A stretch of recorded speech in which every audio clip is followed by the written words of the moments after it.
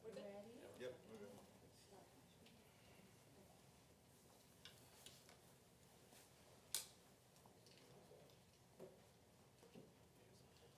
Same thing, or we're all good? Yeah, we're good. Good evening, everybody. My name is Matt Rose. I work for PSE&G as a Regional Public Affairs Manager. Thank you all for coming, and thank you for the Township of Somerville and to the Business Alliance for helping us organize this event. We do have some gas construction work coming in the near future on Main Street, and we wanted to have this workshop to kind of inform the residents and businesses as to what was going on, give us a chance to kind of explain what you can expect, give you guys a chance to ask us any questions you may have, and kind of just go through what the process is. So we're going to start out, just do some quick introductions to who we are, and then I'm going to turn it over to our project manager to discuss a little bit more about the program. Yep. Thanks, Matt. Good evening, everyone. Thanks for coming. My name is Jason Pastorino. I'm the outreach supervisor for the project. I'll be managing the communication efforts going out to anyone impacted by the work. I'll also touch on outreach in a little bit, but we have a hotline dedicated and really just want to provide avenues where the customers can come reach us and ask us questions or whatnot. So I'll pass it along to Spencer. Good evening, everyone.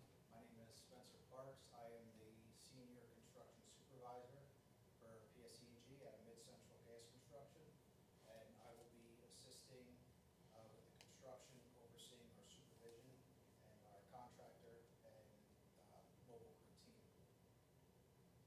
My name is Chase Jones. I'm from the Corporate Claims Department.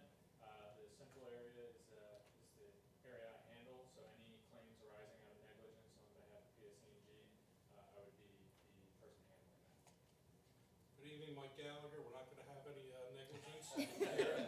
I'm the gas construction manager. Thank you for having us in tonight. I'm Juan Medina. I'm from layout planning department. I put up the plans together and supply the equipment to the guys. That's what I do. Tyler Keefe, project manager for the Mid-Central Gas Construction Group.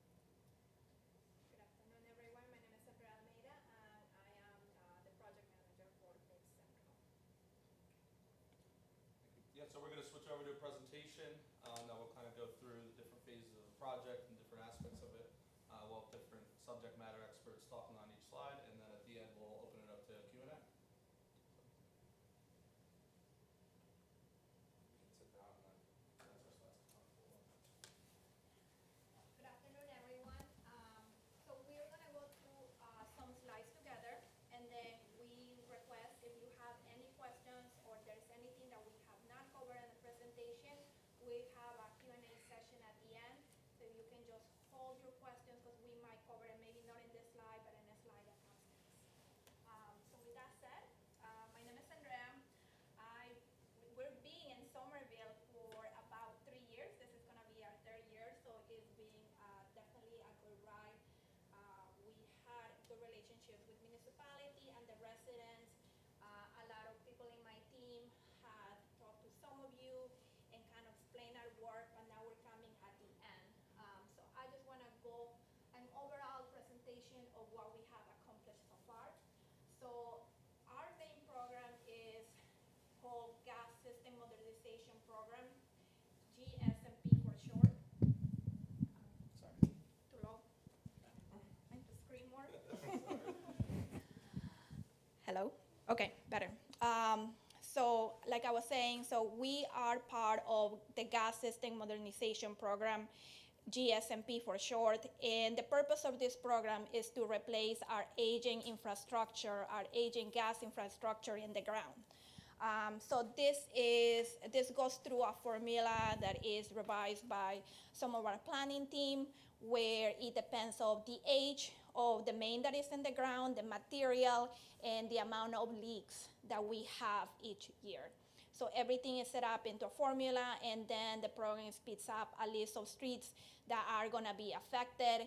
And depending on the order, or what we call the hazard list, we come and we speak to the municipalities and say, hey, this is lined up, and these are the benefits.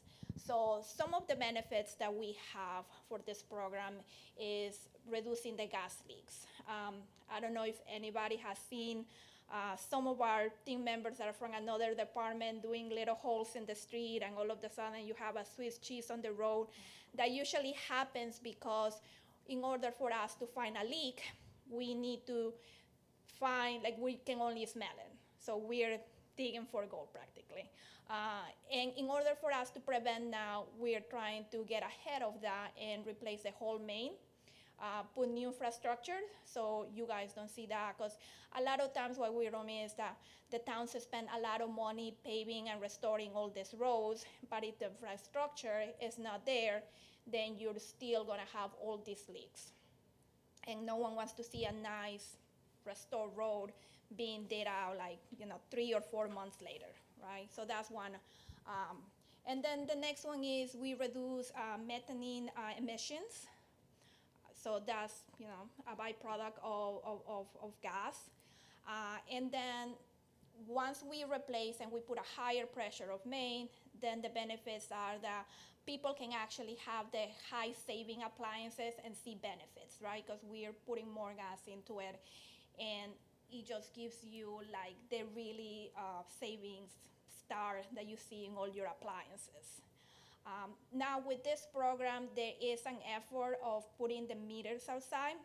So now you don't have to, God forbid there's an emergency, you don't have to wait for the first responder to come in and try to find your meter in the basement. They know that it's outside, they can access it, they can block it, and do what they need to do to keep the safety.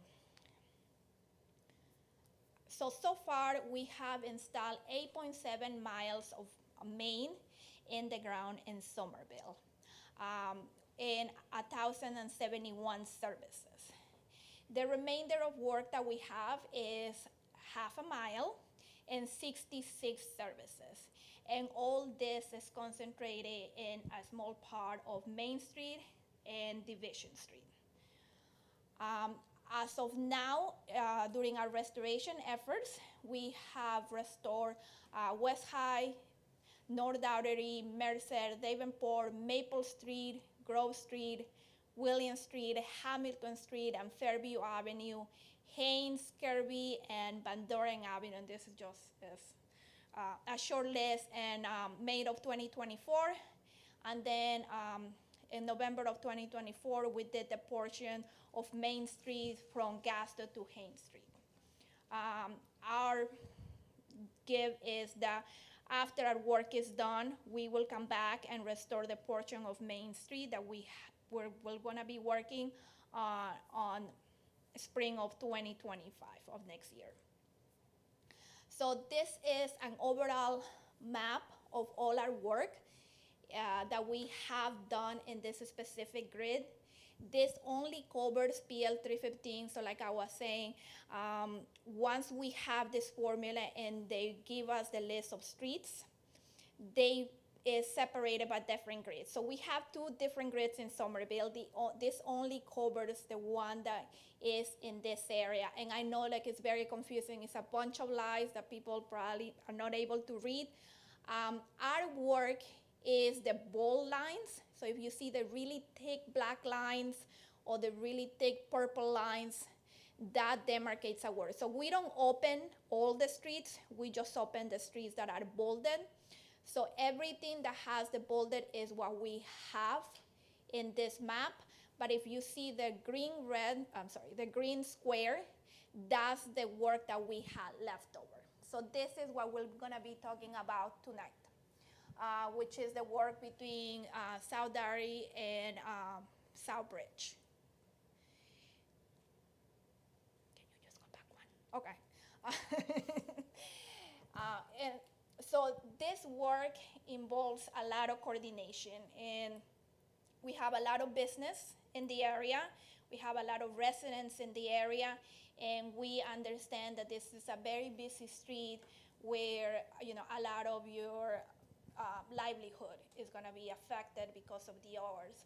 So I just want to assure you that I know it looks like a very big task, and maybe it's going to be a little bit scary to hear what we're going to have to say, but just keep in mind that this work is the last that we have here. After this, we will be moving on. We have accomplished a lot, and we will do our best to coordinate with you and our construction team to make sure that we can work as fast as we can, safely, but also that we can give you a better product and you don't have to be concerned, because right now this area is so high in the, Juan, help me. Usage. On the usage, thank you, that if someone else requests an addition, we won't be able to accommodate them. So it's getting to a point where it's no longer an option, it's becoming a necessity for everyone. Okay, and with that said, we'll move on to the next slides, and we'll have Mike Gallagher. He's gonna talk a little bit more about the tentative schedule that we have. Good evening.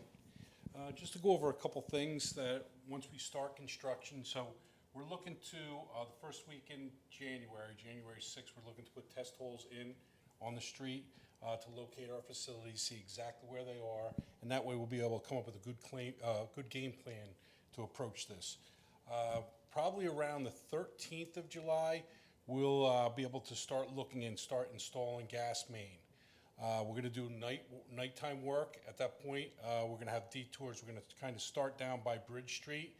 We're going to have, and then during the day, around the 24th, we're going to start doing our service replacements. That's the section from, you have the gas main in the street or behind a curb in some sections.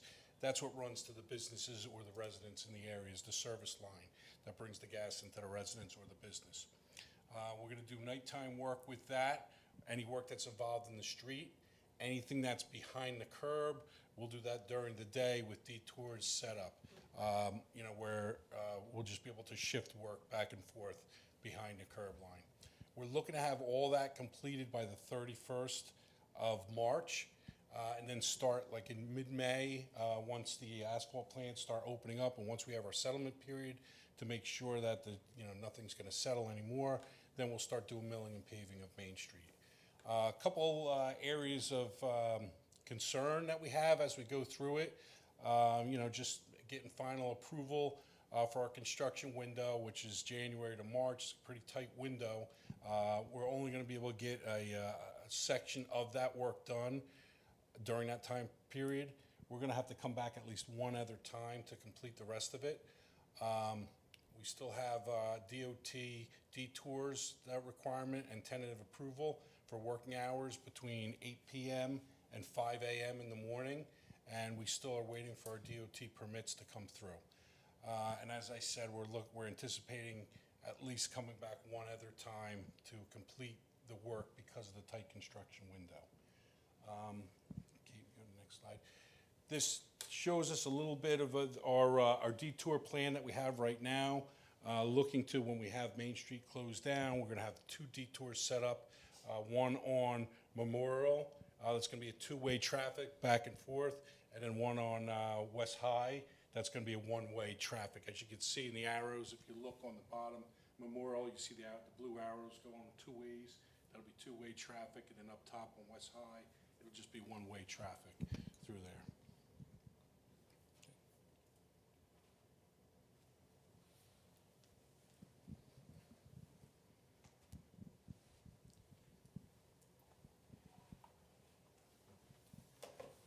Good evening once again. My name is Spencer Parks. I am the Senior Construction Supervisor.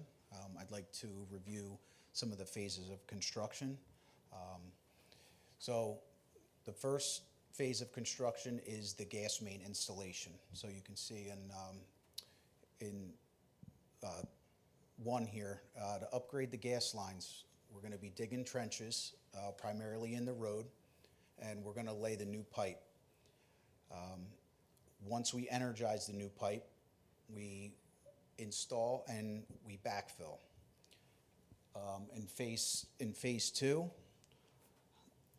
when possible, to avoid digging on properties, if we have to dig on your property, we will restore any disturbances.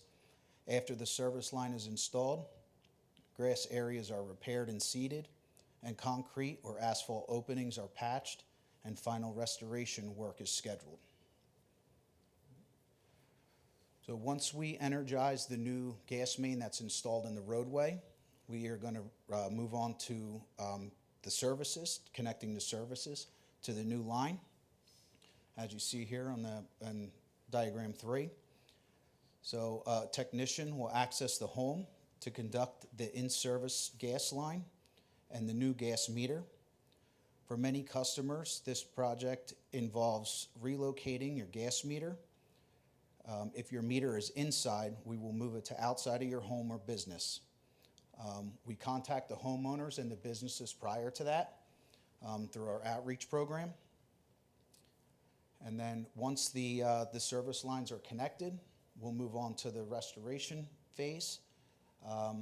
So when work is finished, all the roads and the pavers and sidewalk areas will be restored. And so the restoration process generally takes 45 to 90 days, and final restoration may take longer depending on weather conditions, size of the project, time of year, and requests from the town. PSE&G then restores roads with permanent paving in accordance with the town or county ordinance and paving requirements. Okay, and then just one thing to add, once we do connect all the service lines, we will come back and abandon the old gas facility. Okay? Thank you.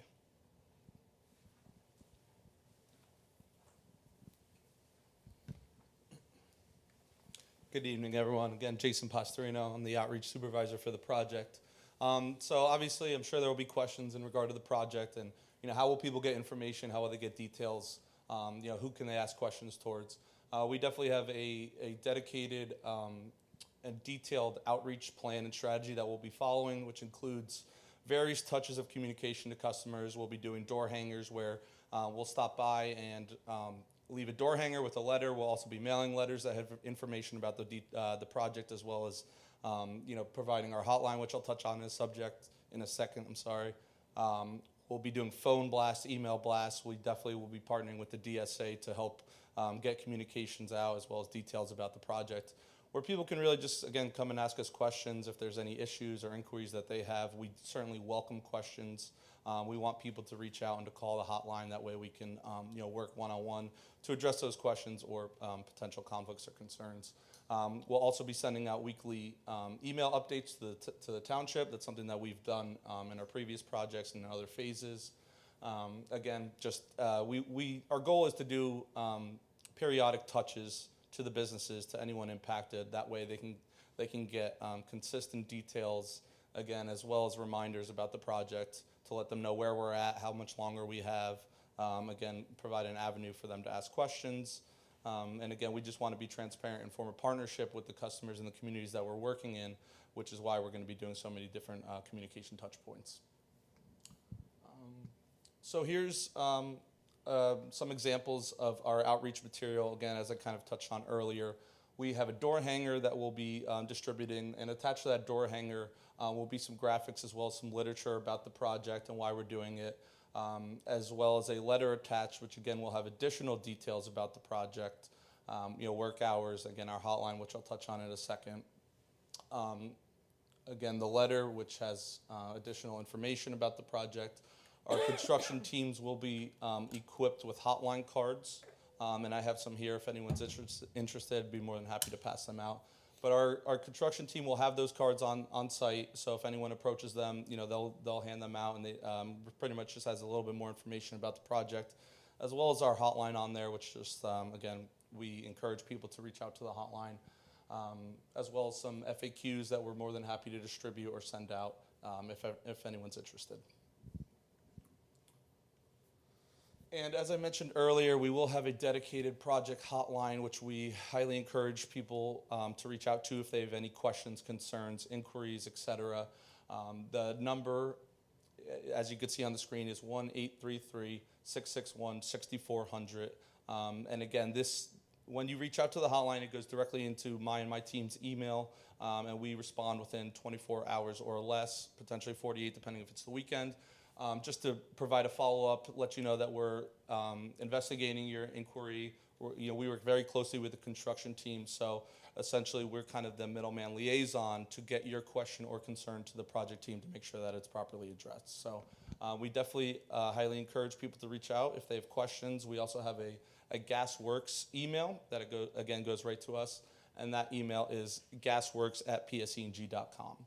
So again, any inquiries, questions that businesses, residents, anyone impacted has about the work, we highly encourage you to reach out, and we'd be more than happy to work with you as well as our construction team to make sure that those inquiries or questions are addressed. And I'll pass it over to Chase, who's going to talk about claims. Thank you. Good evening, everyone. My name is Chase Jones. I'm a claims consultant for the central area. Hopefully, we don't meet. As you know, I'm sure everybody's wonderful, but that would mean that something went wrong, which is what we strive very hard to avoid happening. We have a dedicated and thorough claims process. If something were to happen, you file a claim, it's going to go right to me. I can interface with all the team, and I'm certainly happy to meet you out on site, and we'll review the process. Filing a claim does not guarantee payment. We only pay claims based on negligence being proved on PSE&G's behalf. There's the easiest way to file a claim is the website. The office does have a number you can call. It is not manned after hours though, so the website is definitely the best way. Other than that, I'm here, but hopefully we don't meet because that means all of them will have done their job. So thank you. Who's next? Q&A. All right, Andrea. Hey, everyone. Is there any questions that we can answer for you or that were not covered on the person? How many days a week is the work expected? So the work is going to run from Tuesday to Friday. Is that correct? Monday night into Tuesday. So Monday night into Tuesday to Friday night into Saturday. So I noticed the one slide said that the permits from the DOT aren't in place yet. So the permits are in place, but they ask us to resubmit because we changed the traffic control plan. So like we were explaining on the meeting, that has to go to another department and they need to approve the traffic control, which they just did yesterday, but now another department needs to approve the hours. So we're waiting for that piece of information. So until those hours are approved, our permits are not valid. Okay. I know the municipality, we looked at a kind of a Plan A and a Plan B. So the Plan A was at that time doing Main Street. And obviously it looks like, there's an ability to accomplish some of that. Is the Division Street part, will that be running at the same time or will that be running afterwards? What is the? So we have two ways of looking at this. Division plan can be our Plan B. So it means like if the DOT, reviewing process is not as fast as we would like, and we want to start work right away, right, because we want to get things done, then we will jump into Division Street. But for us, that means that we need to install a special regulator because we use the gas out of Main Street to feed Division Street. So our planning team is looking at it and see if that's a possibility. If that's a possibility, yes, that will be Plan B. But in retrospect, we also want to make sure, like, let's say we're in Main Street, and then for any X, Y, and reason, the DOT asks us to pull the work because of bad weather or any, other reason as the DOT has done before, then we have Division Street and we can move our crews into Division Street. So we will definitely want to get Division out of the way and get it done because I think one of the comments that we got during the meeting is this will be the best time for us to do it. But we just need to get, from our perspective, how are we going to gas the main to make sure that we're not promising something that we cannot accomplish.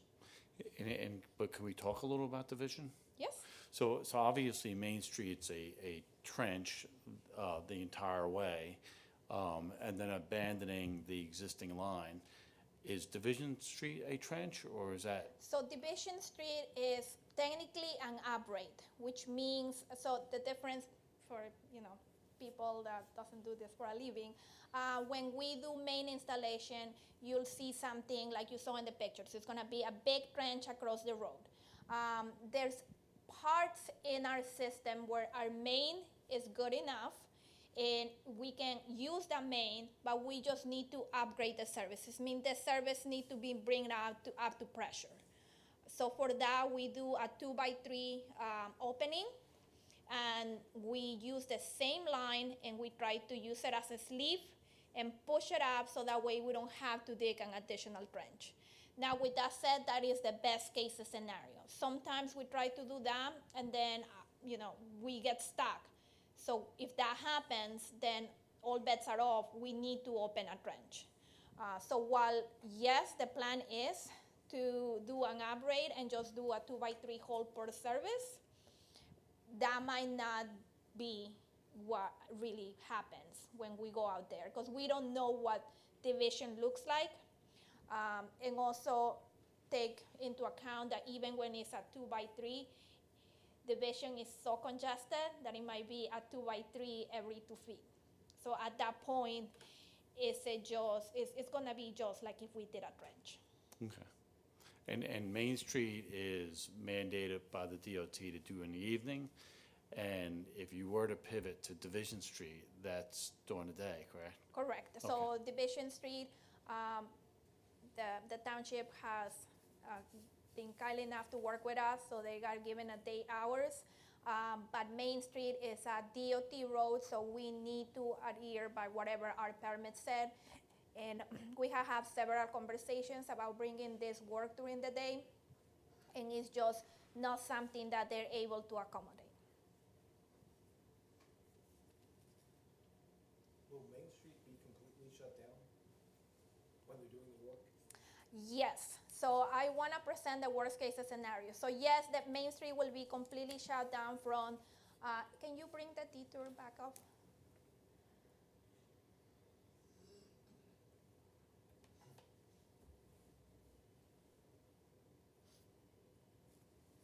Thank you. So Main will be practically shut down from South Dairy to North Bridge, but the detour will run from Mountain Avenue to South Bridge. While we're doing the work, we're gonna make a reasonable decision to say, hey, maybe it doesn't need to, right? It's gonna be safe enough for us to leave, part of the road open because there's no point of closing this.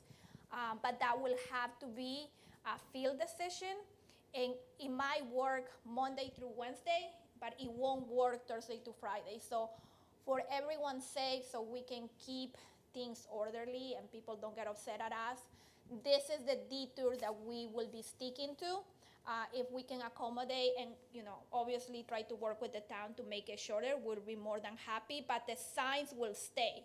So the signs cannot be removed, because in order for us to have our permits liable, the signs need to stay as long as we have this detour in place, which is gonna be the length of the project. Will that be the daytime also? No, we removed the signs. Okay. So we start cleaning up around 4:15, 4:20, and then we have our traffic plan, which is our vendor, will start picking up all the signs and removing them before. And that brings a good point that we didn't touch in presentation. Parking and adhering to the parking sign is gonna be very, very important.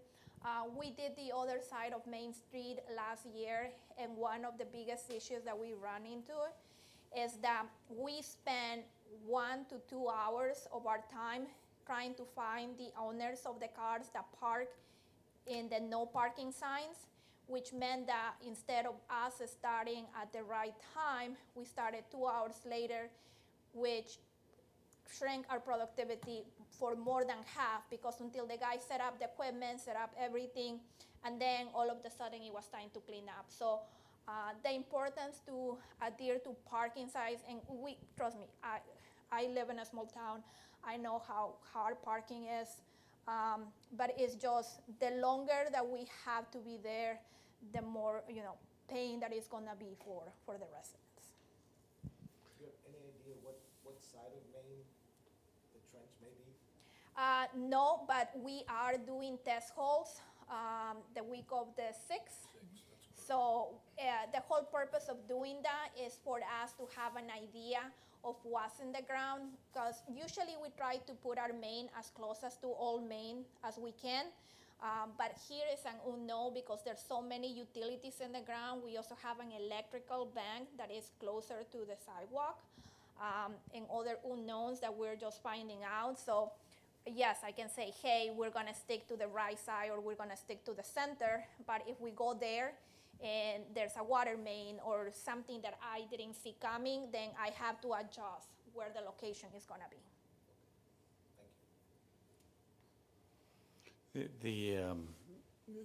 So, looking at the project on Main, it's the intent to start on Bridge Street and head towards Doughty, right? So that was the intent to head westbound. Yes. So you'll be basically street by street, in other words, or block Yes. by block. Block by block, yeah.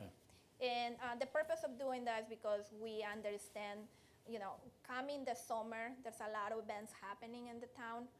So we want to make sure that we kind of have a line on the sand and say, okay, we made it this far, right? We're going to put our shovels down, let the ground settle, and then we're going to come back and do full restoration because we understand the importance. We want everyone safe during the bike race. So if you go back to the slides where we saw the construction and the restoration, and something that I just wanted to bring up is the picture that we show here on number 4. This is what permanent restoration looks like. It's all smooth, there's not a blemish on the road. That's not what temporary restoration looks like. So at the end of our work, while we install our main and we backfill, we're gonna put, obviously, hot asphalt in there, but it doesn't look like this. It's gonna be a little rough, it's gonna be a little bumpy. It might not match the road. We usually try to leave it a little bit higher just because the amount of traffic settles it. So when you see it, I don't want you to think that we bamboozle you, that this is the temporary restoration. So that is the final restoration, the final product. There are instances because this obviously is temporary restoration. We are working during winter. We're gonna have salt on the road. Our trenches, might start either settling down or start like breaking up. You just can call the hotline and just tell us a location and we'll bring our crews back and smooth it out as much as we can because we do wanna keep everyone safe. But it is not perfect, right? It's gonna look a little bit rough until we come back and do permanent restoration. Could you bring up the slide that shows the area of disturbance? Yeah, so what in here, so we're sitting on Robeson Street, which you can see, right here. Right? Okay. So what happens is New Jersey American Water, they had an emergency work they just done on 206. At the end of that emergency work, they had announced that they're going to be completing their bypass work for this bypass that they've had on Route 206 where it keeps breaking the line. And they're running that bypass. My understanding is they're starting in January as well. And they're going to come out of underneath the tracks, and they're gonna go down Veterans Memorial Drive, and they're going to go westbound down Veterans Memorial Drive, and then catch Mountain Avenue, which is, sorry, fortunately I'm very tall. So what happens here is they're going that way. So it appears that there may be some communication that needs to take place as a result of what they plan on doing. Yeah, and if you have a contact person for that specific project, because I have a general contact for NJW, but if you have the specific person that brought up this and you have just share it with us, and either me or Tyler from my team will reach out, And the planning group. and the planning Okay. will reach out and we'll kind of talk it out, because that's very good information to have. Sometimes we do run into these situations where we do come out with our crews and it's like kind of like the Spider-Man situation. We're looking at each other and don't know like where to go because we didn't know we were going to be on the same street. So we're trying to avoid that. So Yeah, and what's interesting is, well, Mountain Road is actually a county road. Is it Mountain? What is it called? Mountain Avenue? Mountain Avenue. Mountain Avenue. Sorry. Mountain Avenue is actually a county road, so they've been doing a dialogue with the county and not necessarily us. But Veterans Memorial does belong to the municipality. And my understanding is Veterans Memorial, they're going to do that portion in the evening, right? In the evening, and then Mountain they're going to do during the day. That's what the last we've heard. And now things could have shifted because they just recently had an emergency repair they had to do before they did this work. But I'll share that, whatever information we Yeah. have. Please do, and like I said, we'll follow up and make sure that we get all our information and that we're coordinating our work. And it's a good thing because that way we'll know like maybe division will be like if they're gonna be on the way, then maybe we'll be on division, start from the top and go down.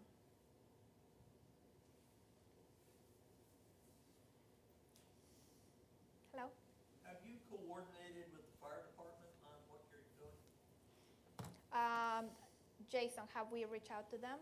No, not yet, but we work closely with the police department. We'll definitely engage the fire department as well. I think it would be a good idea. And the rescue squad empties out, well, they're on High Street too, so it would be, Sure, yeah, we'll definitely get in touch with them, set up a meeting, and let them know Yeah. what's coming.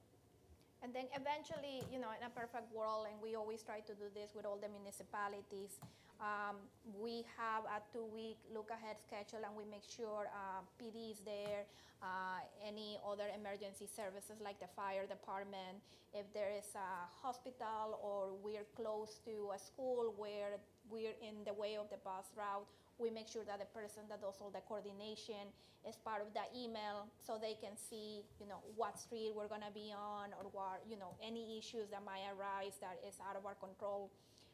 So they're informed and they can pivot their usual days or their plans. Just to be clear, can we just say what folks can expect as far as parking during the day? Once your crews are done at 5 a.m., will parking be still available on Main Street as it normally is, or will there be some interferences in the way? So it might not be 100% how it is without construction, right? Because construction does create a type of disturbance. So there might be a place where, because of our main and some materials that we're using for the night, might be on the way. But we'll definitely, and we're working closely with the municipality to try to find an area where it doesn't impact any of the parking. Obviously, that's not a guarantee. It's a very narrow street, and that's one of the reasons why we have to do full closure. But we will definitely aim to make sure to leave as much in the disturb in the day as we possibly can. Just one thing to add on that.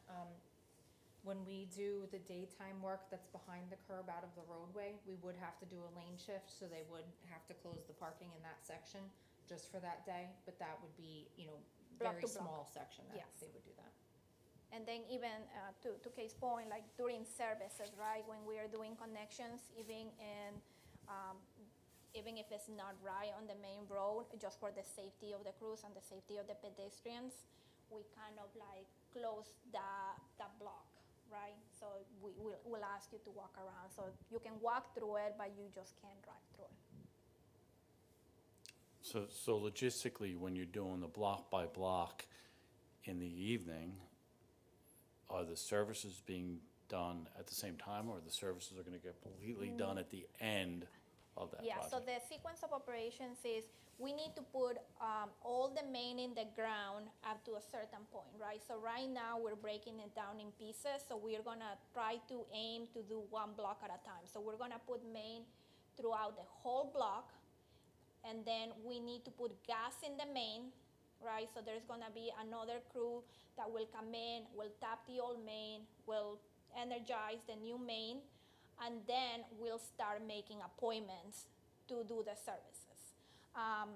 Ideally, what we usually do, if this was any other street, is that we put the full main throughout the whole street. So we will go all the way from South Derry to South Bridge in one go, and then we'll gas it in, and then we'll start services. So the only difference is that we're doing it by blocks instead of doing it in one part, we're doing it in three, because I believe there's 3 blocks between those limits. But there's still gonna be some type of downtime. So if the main is in on Wednesday, we will not start services on a Thursday. So the main might be in on a Wednesday, and we might need 3 or 4 days to get another crew that works specifically on gassing in, because they work with live gas, to get that energized. And then we'll start reaching out to people and making appointments, so it's not automatically. And then the service, the fortunate part, a lot of those properties are owned by same entities, which is nice. But the service would require the communication with the tenant as well, right? Yes, so what we usually do, as Jason explained, so we try to do different parts of communication. The way that we do appointments is that we use the contact information that is in the PSE&G bill. Some of the things that we have run into is that the person that is in the PSE&G bill is not the person that owns the building, but is the person that has the service, that is renting the apartment on top of the unit. So we try to do our due diligence. For that, it's very important. If you do have a PSE&G service account, please go online, update your information, put your latest email, put your latest phone number that we can contact. Now, if that doesn't work right because we don't have the right information, we start leaving door hangers and notices. Please call this number to make an appointment. Please call this number to make an appointment. We'll have our outreach team making several phone calls, leaving voicemails. If everything else fails and we can't get in contact with the person that needs to give us the authorization to do the service, then we will reach out to the town and say, X house in Main Street, we haven't been able to contact. We have reached out 15 times, and everything that we have reached out, do you have any contact information? And then we'll send a certified letter that gives the customer 10 business days to make an appointment. And if that does not happen within those 10 business days, then we proceed to shut off the gas.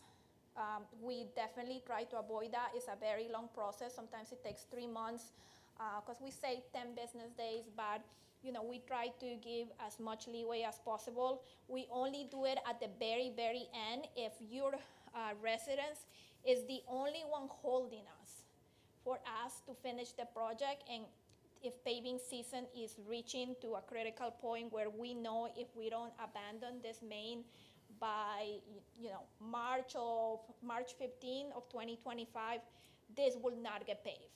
And because we have a very tight deadline, this might be the type of project where the 10 business days is really a 10 business days.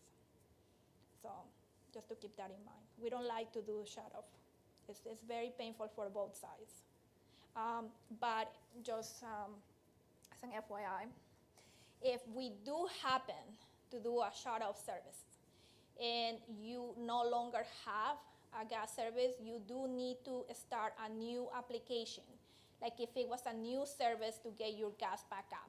It won't be through the project anymore, and you will have to pay to reconnect your gas services. And like I said, it's like a new service. You put in a new application and you go through the process to a complete different department that is not us.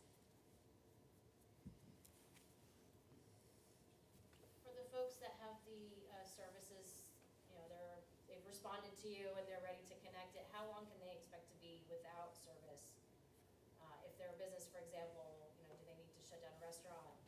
I think it's 2 hours. Spence, help me out. Yeah, so I think in this area, what we're gonna try to do is at night, once we energize the new main, we're gonna try to get the services across behind the curb lines at night. That way, during the day, when we come back, we can hopefully schedule 1, 2, maybe 3, just because it's a tight area, a lot of businesses. So I would say if we have an early appointment scheduled between 7 and 8 o'clock, we could probably get it done in 3 hours. Correct. About 3 hours, once the gas is off, because our technicians are gonna come inside, they're gonna do all their work inside with the pipe work and have that all ready to go. We can disconnect and already have the active line ready to go for the next day. And the team does a really nice job trying to accommodate the different hours. If it's a restaurant, obviously we don't want to be there during dinner time, so they come first thing in the morning, try to accommodate as much as they can. With that said, that as we're installing the main line, our technicians are gonna do their preliminary work, and they're gonna survey, get those contacts ahead of time, just before we energize that main line. So that way we know what we're gonna come across, where we can relocate these gas meters and establish those contacts with who we need to talk to. Yes. Just out of curiosity, do you use subcontractors to do the digging, or is it all public service? So we have a contractor that works for us that is gonna do all the digging and all the main installation, but PSE&G crews are the ones that handle all the gas and all the energizing of the mains and complete the service work. So the people that will be inside the resident's house will be a PSE&G employee. They will have PSE&G gear and they will have the badge. No contractor will enter a house. Thank you. No problem. Okay. Any more questions, concerns? Starting date on Division Street is still very much up in the air, is that accurate? Yes, we are moving forward to trying to make a decision in the next week. We're trying to finalize if it's possible to have smaller regulator feeding the main in order for us to do the upgrade before we do Main Street. Okay, understood. And then Juan from Layout was kind enough to bring us some show and tell. So this is the meters that will be installed for the project. We are gonna do the best effort to bring them outside, so they might be placed in front of your business or to the side, but I feel like that's very unlikely because I have seen Main Street, there's not a lot of side room where we can do these meters. So if the meter still stays inside, Juan, we're gonna have a regulator outside? So in situations where we can't bring this meter outside, which is the most recommended scenario for us to be able to have control over our services, you'll most likely will see one of these vent lines. So it's basically breaking down the high pressure to the utility to the pressure that we utilize at our stoves, at our heating equipment. So in the event that this fails, this will take over and then it'll spit the gas to the outside in a safe area. So I know in this area with this high, it's very congested. There's not really much places that we can put this equipment outside. So that's where we will lean over to run this vent, and then that's the new stuff that you'll be able to see in the new installation. Okay, and obviously it's a case-by-case situation. We'll know more once we are able to look inside the property and we see the room or what we're working with. So just don't get surprised if your meter stays inside but your neighbor meter is outside, because we have to kind of based on location and the amount of room that we have to work with. How far is that meter off the ground? We shoot for 14 inches. In some cases, depending on the elevation or where like if it's like a grass area with like mulch, sometimes may be shorter. Depending on how many levels, how many meters have to be outside. But we normally shoot for 14 inches. I mean, cosmetically, you know, it's not very appealing. But if the property owner wanted to box that out, could they box it out, or does that affect something? They can box it out, but it has to be ventilated. So you can't. We don't want that to be enclosed in case if something is leaking. We want to be able to smell it. That's our biggest mechanism for us to detect when something is wrong. So we don't want to encase it so that way it penetrates inside a confined area. You know, we want it vented to the outside. I just want to add that we can't lock or obstruct access to the meter.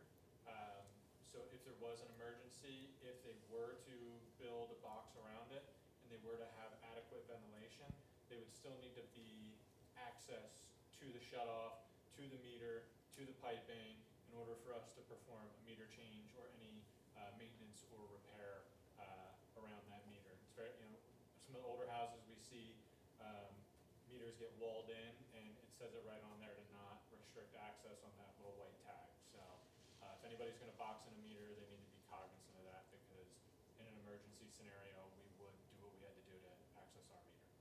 Sure. I was kind of envisioning more of like, you know, almost like a shoebox type of thing. If someone wanted to put their logo of the restaurant on it, Right. that they would just have it there so that it would get lifted off or whatever like that. Absolutely. But a little doghouse, it's easily removable 100%. So, but yeah, just something to be aware of for the safety issue. Okay. Well, if there's not any more questions, just to reiterate what Jason said, we have the business cards here, so we're gonna leave them on the table if you wanna grab some. Kevin, if you wanna take some with you, or to give out. The best way of reaching us, it is the hotline. I know that sometimes it's tempting to start reaching out in other numbers or other communication, but even when it says 888, it's not, you're not gonna call in and there's gonna be, 10 prompts where you have to put your life history, trying to manage. It goes straight to voicemail. You leave your name, you leave your concern or your question, and a number where we can call you back, and the team is excellent and returning the call right away. This is a line that is specifically for this project, so you'll get the response a lot faster instead of sending it to either one of us that have 3,000 calls and are always running around in meetings where by the time that we see your message, it might be you're 3 or 5 hours from when you call us. So just Yeah, that in mind. I apologize. I had another question. So the service line, if the meter's running outside one of the buildings and there's one of our landscape beds that are in front of it, normally the line would run straight, right, to the main. If that bed's in the way with a tree, what is the protocol for that? So we'll try to accommodate, but usually what happens is we're gonna go through your bed of plants and we're gonna destroy it, and then we'll come back and make you whole. Okay. Depending, obviously we're gonna be working on the winter, so restoration sometimes is not gonna be something that we're able to do until the spring, because there's not amount of work or love that we can put into plants that are gonna survive the snow or the cold weather. So we usually don't seed or don't plant anything that we have taken off until the spring. But we have a list, we keep a running list of everything. And before we do anything, we talk to the resident or to the owner. It's not like one day PSE&G wakes up and says, hey, we're just gonna do it and good luck. We'll have that conversation, we'll explain to you the situation and how our main is gonna go. And you know, anyone might have any other type of solutions. I say, hey, can you go this way or can you go that way? And then we'll explain why we can't. And then we'll tell you like how the restoration works at the end. As much as possible, though, we will reuse the existing service line that's there, so hopefully avoid that situation That entirely. only happens Okay. when we're digging. Like if we're using the sleeve method, like I mentioned before, then that saves us from actually digging a trench. So on the laterals, you're doing that too? Okay. The reason I bring up the landscape beds or whatever we want to call them is because there's an initiative by the municipality over a period of time when they get damaged, not to replace them, Oh, okay. right? So years ago, when they installed them, it had a value. Now our goal was to allow more foot traffic, and the beds kind of impede that progress. And they get hit by the car doors and things like that. So as they become damaged and you know, backed up by a truck or something, we've kind of eliminated that. So so if you're in the way of one, feel free to get in the way of a lot of them. You know. That makes it easier. Okay.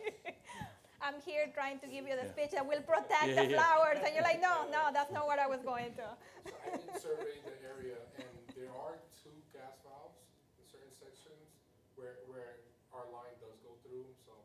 Okay. That, in that perspective, there will be 2 of them that Okay. will be working there. Great, thank you. And then, you know, obviously during restoration, we'll have a separate conversation about what do you want us to do restoration-wise if it's not what it was there. Yeah, I think Division Street is more I mean, we're not there yet, but that's going to be that's obviously a challenge, that street. You know, I've prepared and I provide your staff the plans of when we originally did it, as well as the ordinances in place. And I know that your contractor expressed to me that they're familiar with it, but we, in the past, when we've had to do work, that we've had to get a specialized crew to come in and do the pavement.